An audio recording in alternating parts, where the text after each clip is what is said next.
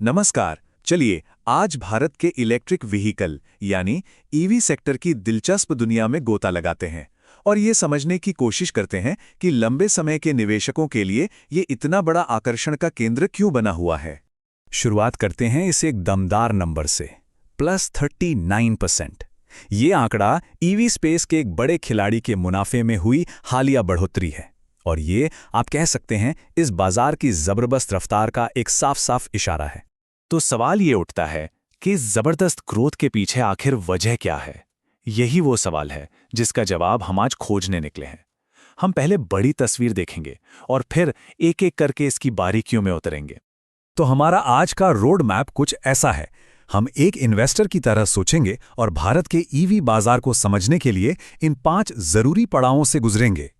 ठीक है, तो सबसे पहले तो यही समझते हैं कि इस तेजी के पीछे की असली वजह क्या है।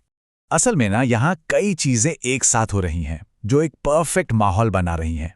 एक तो ईवी की सेल्स धड़ाधड़ बढ़ रही है, ऊपर से सरकार फेम जैसी स्कीम्स के जरिए जबरदस्त सपोर्ट दे रही है और साथ ही चार्जिंग स्टेशंस का नेटवर्क भी तेजी से फैल रहा है। ये सब मिलकर ग्रोथ की एक बहुत ही पावरफुल कहानी लिख रहे हैं। तो हमें ये तो पता चल गया कि ये सब क्यों हो रहा है, लेकिन अब आता है असली सवाल। कौन? वो कौन से बड़े खिलाड़ी हैं जिन पर एक निवेशक को नजर रखनी चाहिए? और देखिए, ये कहानी सिर्फ कार बनाने वाली कंपनियों की नहीं है। इन्वेस्टमेंट के मौके तो पूरे के पूरे इकोसिस्टम में फैले हुए हैं। बैटरी बनाने वालों से लेकर इलेक्ट्रिक बसें चलाने वालों तक ये एक बहुत बड़ा और फैला हुआ मैदान है। तो चलिए इन मेन प्लेयर्स से मिलते हैं। ये हैं वो 10 कंपनियां जो इस ईवी रेवोल्यूशन में सबसे आगे हैं और हर एक का अपना एक अलग और खास रोल है। चलिए अब थोड़ा और डीप डाइव करते हैं और देखते हैं कि ये कंपनियां अपने अपने मार्केट में एक दूसरे के मुकाबले में कहां खड़ी हैं। पैसेंजर व्हीकल सेगमेंट में तो भाई एक जबरदस्त रेस चल रही है।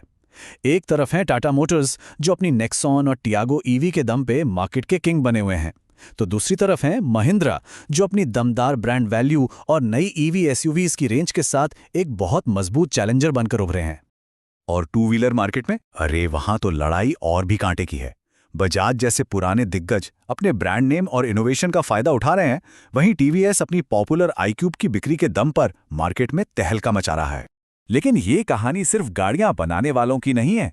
असल हीरोज तो पर्दे के पीछे हैं। एक्साइट जैसी कंपनियां भारत में ही बैटरी बनाकर भविष्य को पावर दे रही हैं। शैफलर जरूरी पार्ट सप्लाई कर रहा है और ओलेक्ट्रा ग्रीनटेक वो तो इलेक्ट्रिक बस मार्केट का बादशाह बना हुआ है। ये इस इकोसिस्टम की रीढ़ की हड्डी है। अब आते हैं सबसे मजेदार हिस्से पर, मतलब मार्केट इन अलग अलग तरह की कंपनियों को वैल्यू कैसे देता है, इसकी गणित क्या है। चलिए पी रेशियो की बात करते हैं। सुनने में थोड़ा टेक्निकल लगता है ना, पर आसान भाषा में समझें तो ये बस ये बताता है कि मार्केट किसी कंपनी के भविष्य को लेकर कितना उत्साहित है। अगर पी रेशियो ज्यादा है तो इसका मतलब है कि इन्वेस्टर्स को उम्मीद है कि कंपनी भविष्य में बहुत तेजी से ग्रो करेगी। और यहीं से खेल और भी दिलचस्प हो जाता है। आप देखिए, ईवी पर फोकस करने वाली कंपनियों का पीई रेशियो अक्सर बाजार की दूसरी कंपनियों के मुकाबले कहीं ज्यादा होता है। इसे ग्रोथ प्रीमियम कहते हैं। मतलब निवेशक इन कंपनियों के लिए ज्यादा कीमत चुकाने को तैयार हैं क्योंकि उन्हें इनसे रॉकेट जैसी ग्रोथ की उम्मीद है। तो मतलब साफ है, एक हाई पीई सिर्फ एक नंबर नहीं है, ये मार्केट के भरोसे और उम्मीदों की एक कहानी बताता है। और इसे समझने से यह भी साफ हो जाता है कि क्यों कुछ ईवी स्टॉक्स पारंपरिक ऑटो स्टॉक्स के मुकाबले इतने महंगे लगते हैं।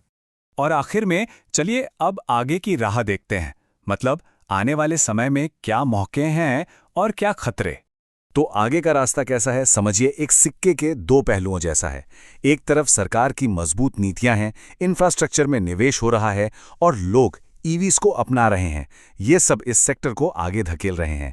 लेकिन दूसरी तरफ कुछ बड़े रिस्क भी हैं जिन पर ध्यान देना जरूरी है। और जमीन पर जो हो रहा है वो तो कमाल ही है। पैसेंजर ईवी की बिक्री लगभग डबल हो रही है और ईवी टू व्हीलर्स में भी हर साल जबरदस्त ग्रोथ दिख रही है। मतलब पूरे भारत में लोग इलेक्ट्रिक गाड़ियों को तेजी से अपना रहे हैं। लेकिन एक निवेशक के तौर पर इन 3 बड़े रिस्क को हमेशा दिमाग में रखना होगा। पहला है वैल्यूएशन रिस्क, क्या ये ऊंची कीमतें बनी रहेंगी। दूसरा है एग्जीक्यूशन रिस्क, क्या कंपनियां अपने वादे पूरे कर पाएंगी। और तीसरा है सप्लाई चेन रिस्क, कहीं बैटरी के मटेरियल की कीमतों में उतार चढ़ाव ग्रोथ पर ब्रेक ना लगा। तो लब्बो लुबाब ये हैं, भारतीय ईवी सेक्टर एक हाई ग्रोथ कहानी है, इसमें कोई शक नहीं। लेकिन ये ग्रोथ महंगी वैल्यूएशन और कुछ खास चुनौतियों के साथ आती है। तो सवाल यही बचता है, क्या ये कंपनियां सच में भारत के आने जाने का तरीका बदल देंगी, या फिर ये जो मार्केट में इतनी तेजी है ये बस एक बुलबुला है जो कभी भी फूट सकता है? यही वो $1 मिलियन का सवाल है जिसके साथ हम आज की इस चर्चा को यहीं खत्म